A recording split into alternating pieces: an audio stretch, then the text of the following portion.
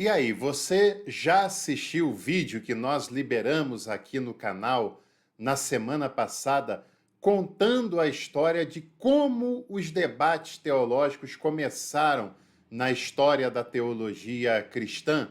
Se você ainda não viu, você deve assistir. E no vídeo de hoje, nós vamos falar como surgiram as heresias. É importante falar sobre isso. E ao longo de algumas semanas nós faremos uma série aqui no canal falando um pouco mais das consideradas heresias da história do cristianismo. Precisamos fazer duas ressalvas.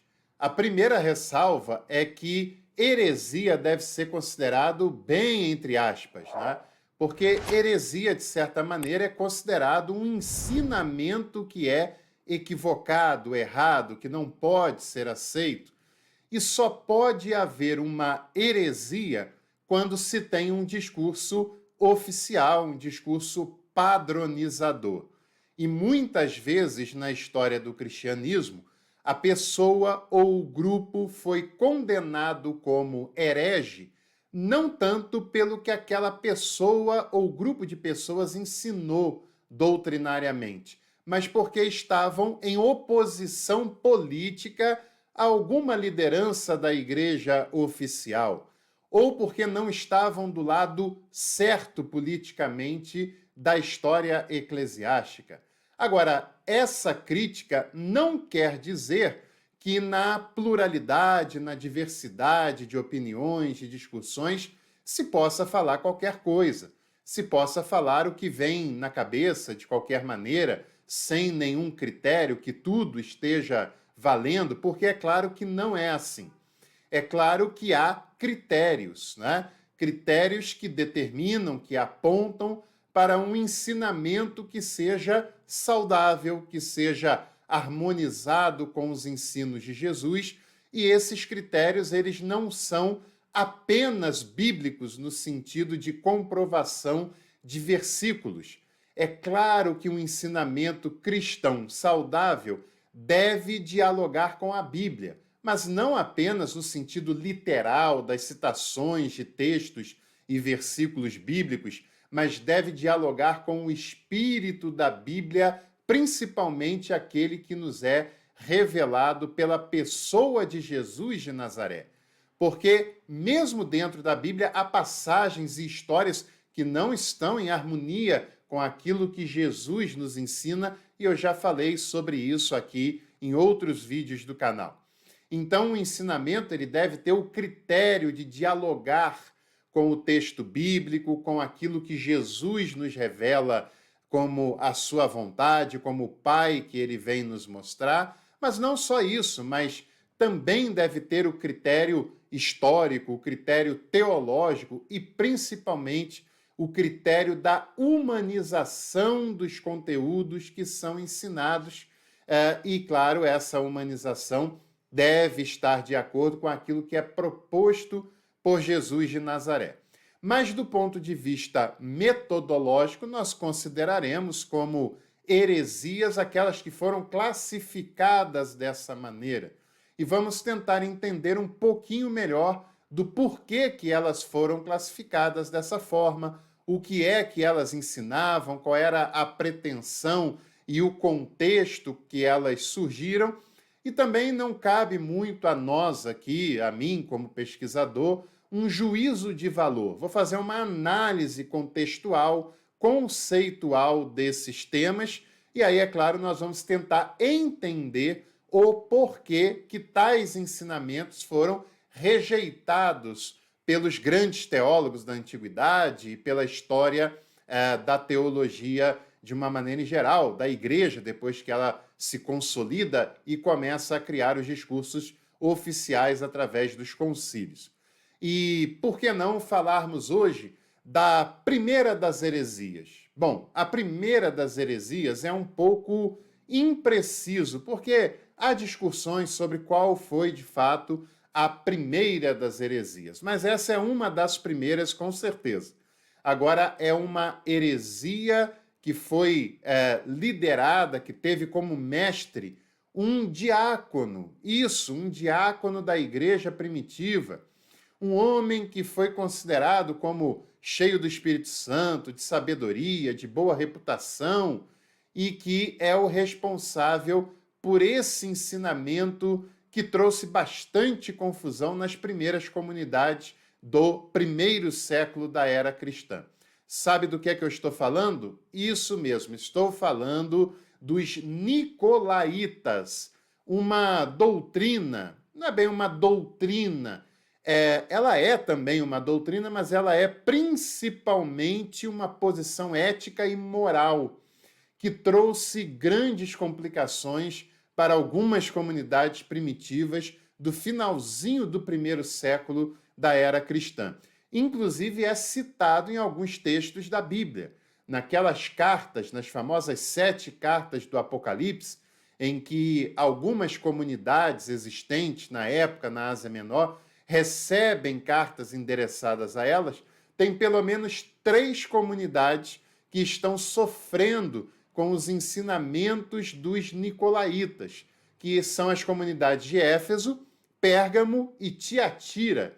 E principalmente em Tiatira há uma repreensão à liderança daquela igreja que está sendo muito compassiva com esse tipo de ensinamento, que estava sendo muito leniente com aquele ensinamento e exigia-se daquela liderança um posicionamento mais firme. Mas o ensinamento dos nicolaítas recebe esse nome porque está ligado diretamente ao Nicolau, um dos 7 diáconos citados em Atos dos Apóstolos, capítulo 6, versículo 5, quando diz que ele era um dos 7 diáconos primitivos e é chamado de Nicolau, prosélito de Antioquia. Essa expressão ela é interessante. O Nicolau, ele era natural da cidade de Antioquia, que logo nos primeiros momentos do cristianismo constrói uma comunidade grande, representativa de cristãos naquela localidade. O Nicolau, ele era um gentio que se converteu ao judaísmo e posteriormente creu que Jesus era o Messias, que era o Salvador de Israel, o Salvador dos homens. Isso é interessante porque, num determinado momento da história, a palavra prosélito, proselitismo, era considerada a pessoa que era gentia, que se convertia ao judaísmo, embora hoje se use o termo prosélito, proselitismo, para qualquer ação religiosa de teor conversionista, né? Mas esse Nicolau, ele era um gentio de origem e se converteu ao judaísmo e, posteriormente, ele crê que Jesus é o Messias conforme ensinado no judaísmo. O Irineu de Lyon, que é um dos mais importantes teólogos da antiguidade, e ele é importante demais ao ponto de que nós usamos os nomes dos evangelistas que foram dados por Irineu de Lyon, e outros teólogos corroboraram com essas leituras na antiguidade, mas Mateus, Marcos, Lucas, principalmente Mateus, principalmente Lucas, são nomes dados pelo Irineu de Lyon. E ele também, no seu livro, nessa bela obra da editora Paulus, nessa coleção dos textos originais da patrística, essa obra-prima de Irineu de Lyon contra as heresias, adversus haereses, que era o nome original, ele cita aqui na página 108 que os nicolaítas tiveram por mestre Nicolau, um dos 7 primeiros diáconos ordenados pelos apóstolos, e que eles viviam desordenadamente. Então, nós temos essa informação através do Irineu, e que um tempinho depois o Tertuliano, que é um outro teólogo muito importante, também considera que os nicolaítas têm a sua origem com o Nicolau, diácono citado no capítulo 6, versículo 5 do livro de Atos. Como eu disse também, alguns textos do capítulo 2 do livro do Apocalipse cita as perturbações que os nicolaítas estão causando em Éfeso, em Pérgamo, em Tiatira. E essa heresia, ela circula principalmente nos anos 90 do primeiro século. É um período em que ela tem alguma aderência e causa transtornos consideráveis nessas comunidades. É um movimento de cunho doutrinal, mas não uma doutrina tão teológica assim. É principalmente um movimento de um cunho ético-moral. Era um grupo de pessoas que viviam desordenadamente, como Irineu citou, que viviam sem moderação, que viviam até uma prática de libertinagem sexual. No início da era cristã, até um pouco antes disso, havia muitas heresias e muitos pensamentos dualistas, como nós vamos falar em alguns outros momentos dessa série por aqui.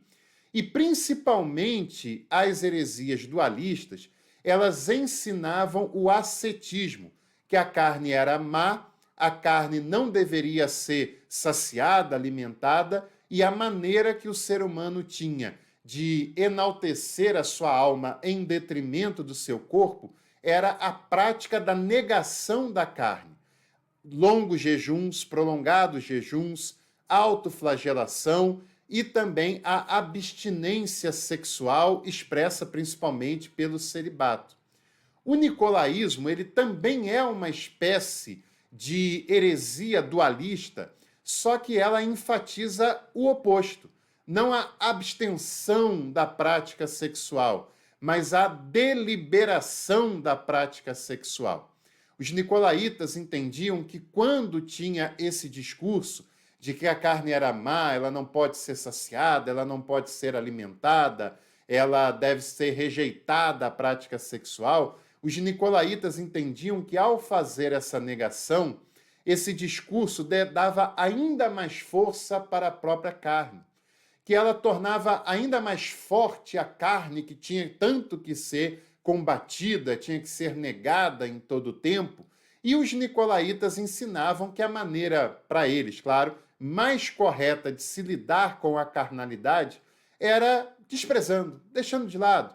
E mais do que isso, praticando a questão sexual, porque isso fragilizaria a carne, fragilizaria o corpo e isso nada afetaria a alma, que é o que mais importa. E até daria uma força para a alma, porque a alma ficaria fortalecida, porque o corpo estaria mostrando para ela, ou o ser, né, estaria mostrando para essa alma que ele não dá a menor importância para o corpo, para a carne e para as questões sexuais. Conta-se a história que o Nicolau chegou até a levar a sua própria esposa diante dos seus seguidores e fez um discurso mostrando como eles deveriam deixar a carne de lado, desprezar a carne, não dar essa importância toda para a carne, e chegou a dizer: quem quiser pode desposá-la, porque isso não afetará em nada a sua alma. São histórias bem estranhas que rolavam na antiguidade e tem o registro dele fazendo esse tipo de discussão e de conversa. Nós precisamos também entender que essa não é uma doutrina cristológica, não é uma heresia cristológica. Eles não negam a divindade de Jesus, não negam as questões ligadas ao Cristo diante daquilo que se tinha no momento, é claro, né? Que muitas questões seriam amadurecidas bem depois desse processo. Mas na antiguidade nós temos muitas heresias cristológicas que negam a Jesus, que negam sua divindade, ou que negam a sua corporeidade, ou que negam que ele tenha duas naturezas, etc, etc. E a gente terá tempo para falar sobre isso, mas só se você quiser, claro. Se você tiver interesse, escreva aqui embaixo nos comentários as palavras heresias cristológicas. Se a gente tiver comentários o suficiente, nós continuaremos falando sobre essas ideias.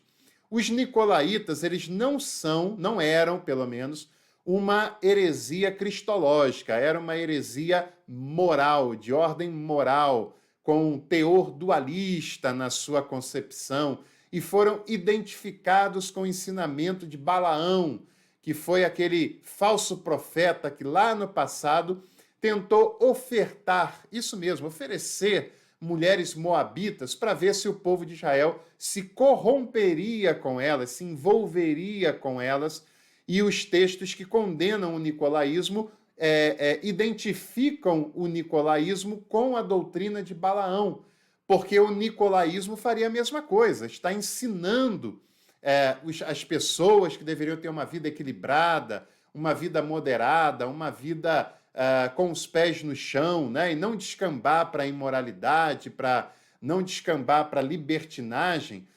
Essas pessoas estavam sendo cooptadas por esse ensinamento, seduzidas por esse ensinamento, e muitas estavam se entregando praticamente a um culto pagão, com prostituição cultica, como havia naquele cenário no passado, né, que era relativamente comum. No passado, nessa época aí do primeiro século, um pouco antes, um pouco depois, haviam concepções religiosas pagãs que tinham as prostitutas cultuais.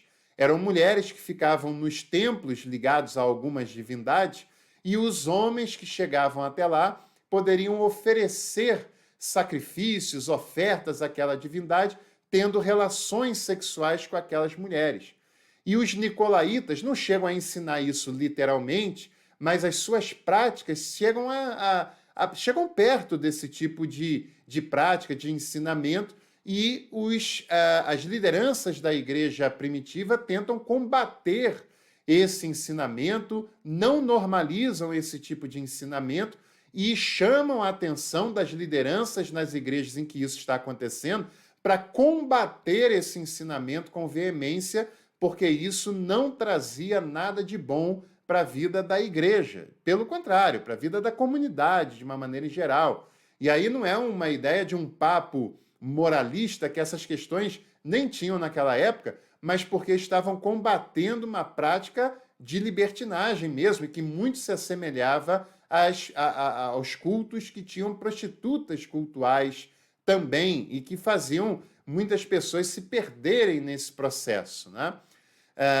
Então, nós temos essa questão ligada ao nicolaísmo que aparece em algumas passagens do Novo Testamento, principalmente no Apocalipse, capítulo 2, e por mais que a liderança da igreja primitiva tenha combatido esse ensinamento, ele perdurou até pelo menos os anos 200, quando não se tem mais registro desse tipo de prática. Depois, até na Idade Medieval, nicolaísmo foi usado como um termo para designar aqueles que se opunham ao celibato clerical, porque é um termo que ficou bem ligado à questão da imoralidade. O nicolaísmo não é uma heresia que é uma heresia universal, ou seja, que tem influências no cristianismo de todo mundo, mas em algumas comunidades a sua influência é bastante sentida. Então, hoje nós vimos uma heresia perturbadora até, de cunho moral, de cunho ético, que teve sua força principalmente no final do primeiro século da era cristã, e que é um tipo de heresia diferente das outras que nós veremos. Não é uma heresia cristológica, não é uma heresia, de certa maneira, doutrinária, mas uma heresia moral. E isso é um ponto de destaque, porque é diferente da grande maioria das heresias que circularam no passado e ao longo da história da teologia. Se você quiser referências para conhecer mais e melhor esse período da história da teologia cristã, além da obra Contra as Heresias, da coleção patrística da editora Paulus, eu também cito a obra, igualmente, da editora Paulus, História das Heresias, do Roque Frangiotti, que vale muito a pena você conhecer, como também tem o meu e-book de História do Cristianismo, que você deveria adquirir, os links estão aqui embaixo na descrição. Se você gostou, inscreva-se no canal, deixe seu like nesse vídeo e compartilhe o nosso conteúdo, que em breve a gente volta para mais um Café com Teologia. Até lá!